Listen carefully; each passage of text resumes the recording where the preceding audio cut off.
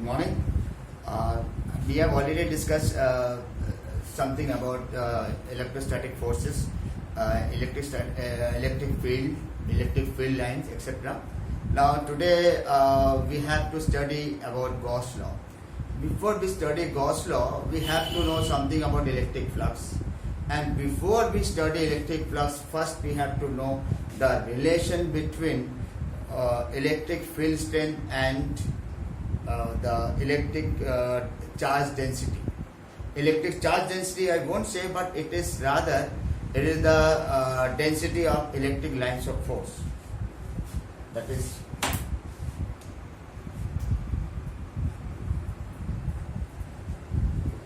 a relation between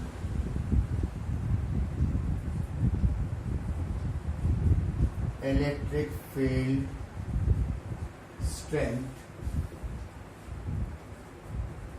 and electric lines of force density. This is our today's topic. Now suppose we consider that this is the source of this is in fact a source of any charge or source of electricity. There are many electric lines of force coming out of it.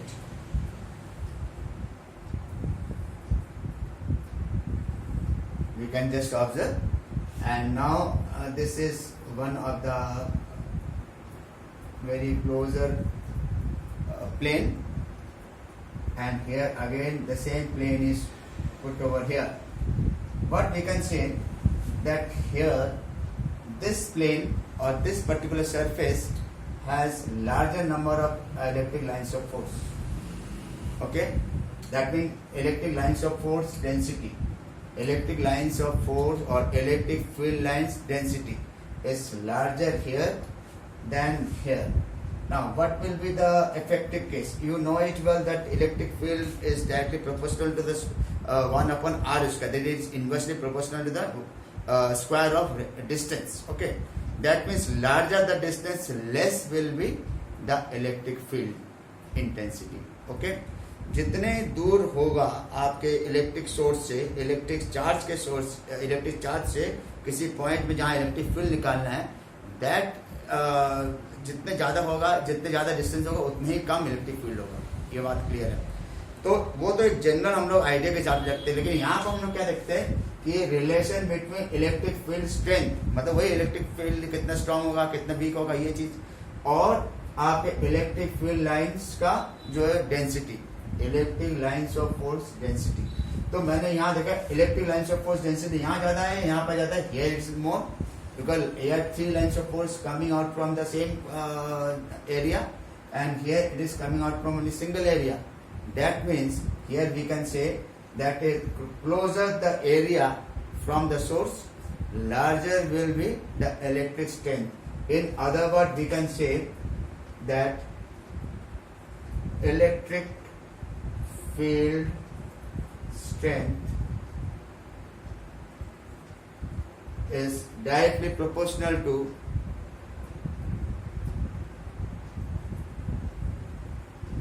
electric field lines density. That is density of electric field lines. Okay, that means here we can see density is more stronger electric field. Here we can have it is the stronger electric field,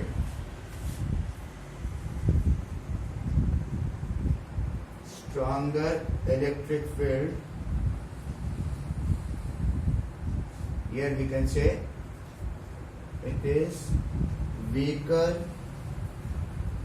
electric field or strength. This is first thing. Okay, now next we discuss something about the flux. Next is electric flux.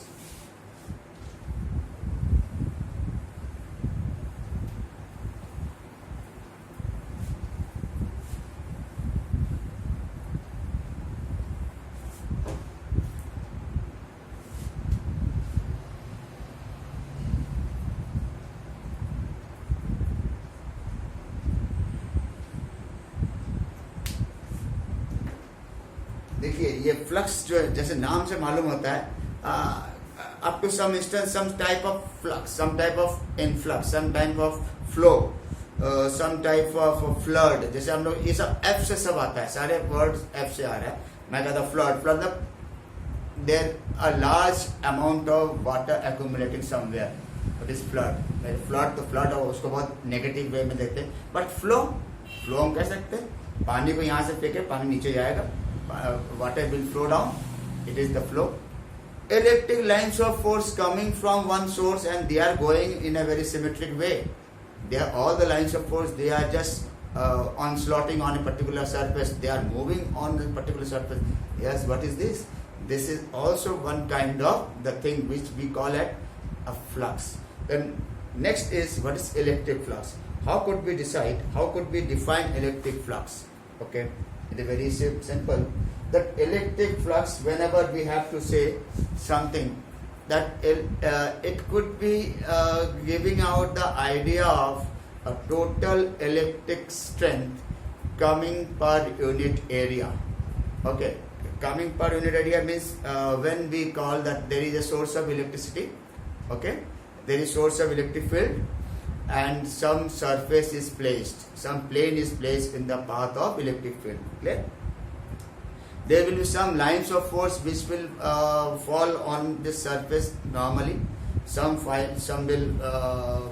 not fall on will not fall normally, but they may make some angle.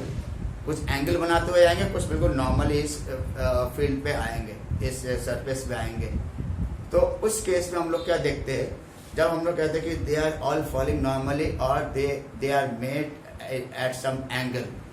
Okay, that means we may say that electric flux is that physical quantity which gives us the idea about the electric field strength in a particular area. That means suppose we say that electric flux is somewhere, it is in fact this is a given plane through which we can say the various electric lines of force, they are coming out, okay, and they are passing through them in normally, they are passing through it normally. Its surface area is S and this is all electric field strength E.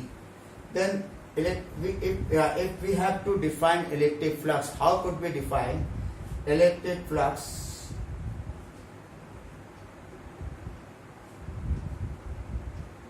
Is a measure of total number of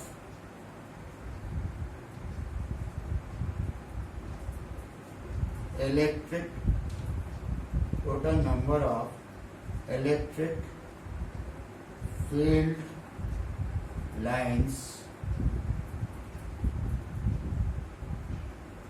which fall normally to a given surface.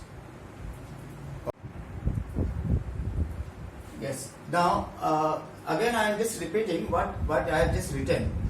Electric flux is a measure of total number of electric field lines which fall normally to a given surface. It means you can see it is a given surface. It is put in an electric field. Electric field means the already existing field is there. A large number of electric lines of force, they are coming through it. Okay. Now we are counting only those numbers which fall at some angle, no, at 90 degree, that which fall normally to this. Does it mean that it only counts this, the number only? No, we cannot count this. We cannot say that it is flux is that physical quantity, but it is a physical quantity. It gives us the total electric strength that total electric field strength that falls normally or that passes through normally through a given surface area. In fact, if we write this as d phi equal to, it is just written as E dot ds. This is in the integral form, and this is in calculus form. Here we write this is the scalar vector of the scalar product of electric field and surface area.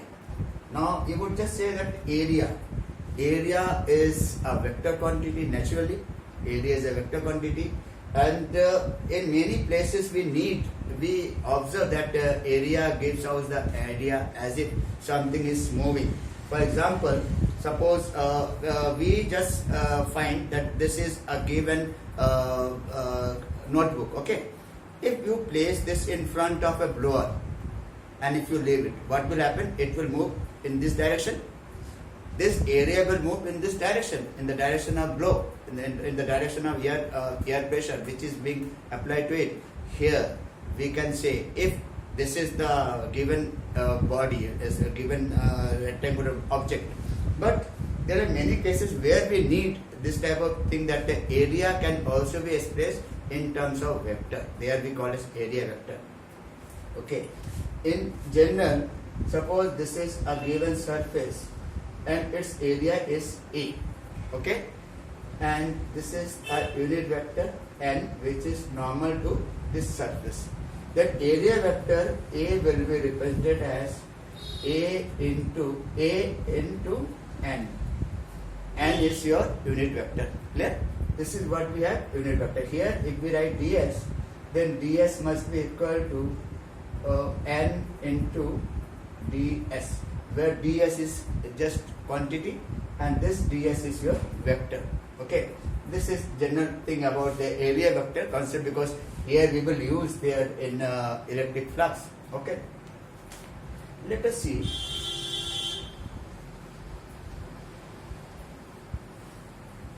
If we continue this formula, d phi equal to d phi e, because here it is electric flux, therefore we will write d phi e, phi e or d phi e. D phi e is equal to E dot ds. Clear? Here it means we write E into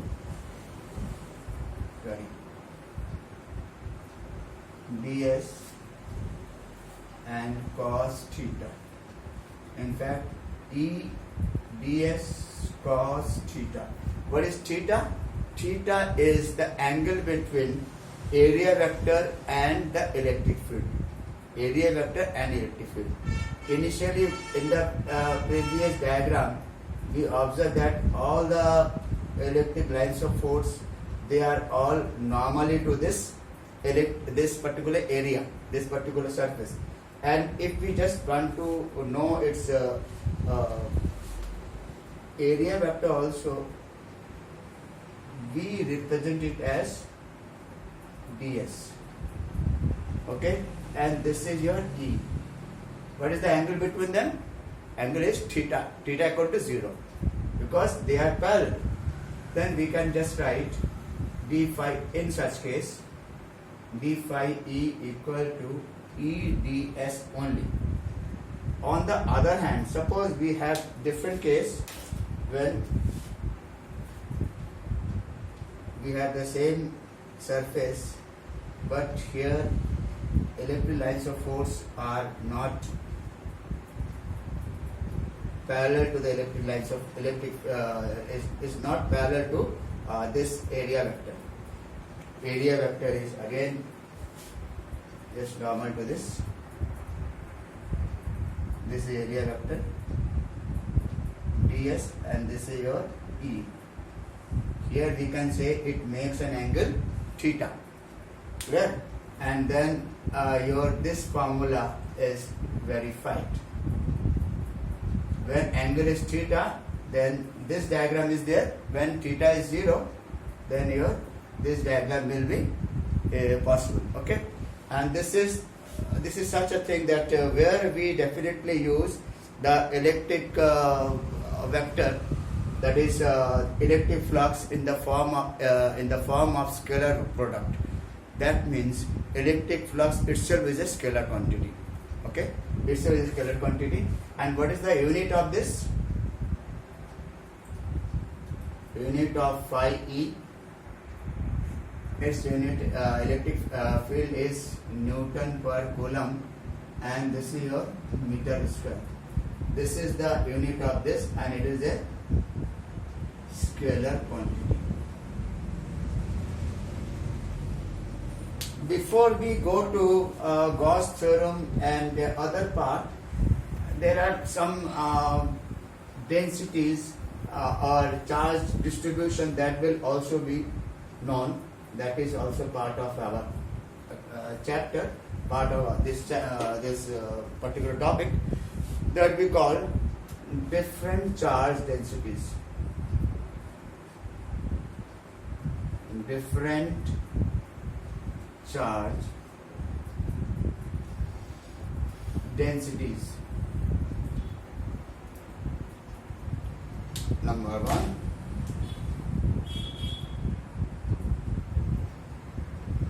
linear charge density.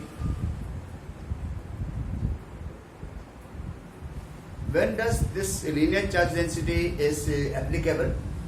Suppose we have a long wire, naturally it is charged, okay, then we can consider that the charge is deposited on its surface uniformly.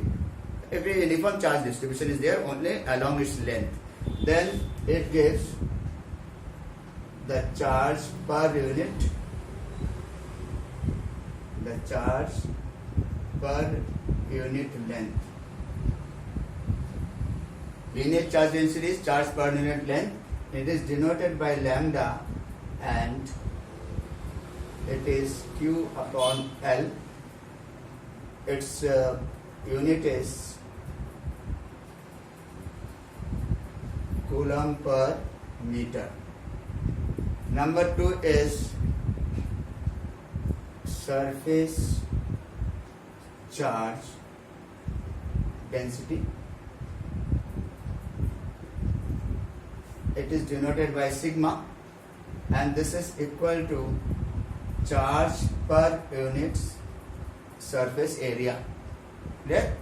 And its unit is Coulomb per metre square. ठीक है, ये पहला हो गया linear charge density lambda, जिसको हमने कह सकते हैं total number of charge per unit length. ठीक, ओके. और ये चार्ज यूनिफॉर्म चार्ज डिस्ट्रीब्यूशन, जैसे ये पेन है, इसमें यूनिफॉर्म चार्ज डिस्ट्रीब्यूशन उस केस में ये है. अगर ये एक सरफेस की बात करते हैं, ये सरफेस है, इस सरफेस में हम देखेंगे तो यहाँ पर भी चार्ज, यहाँ पर भी चार्ज, यहाँ पर भी चार्ज, यहाँ चार्ज, ये सब चार्ज है. तो यहाँ पर हम लोग अगर थोड़ा सा एरिया में लेना चाहेंगे तो क्या हो जाएगा, charge per unit surface area.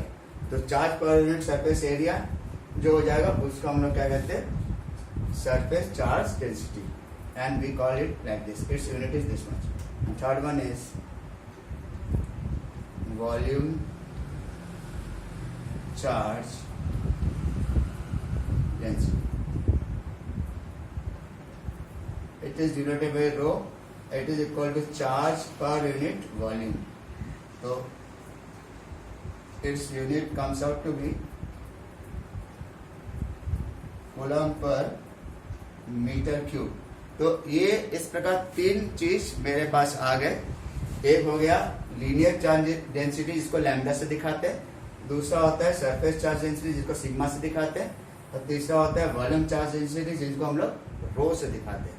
तो तीन चीज हो गए, एंड तीनों चीज को जानकारी लेंगे, क्योंकि ये सब हम लोग को जरूरत पड़ेगा गॉस थ्योरम के जब हम लोग एप्लीकेशन देखेंगे तब. तो पहले हम लोग गॉस थ्योरम पढ़ेंगे, उसके बाद ओके.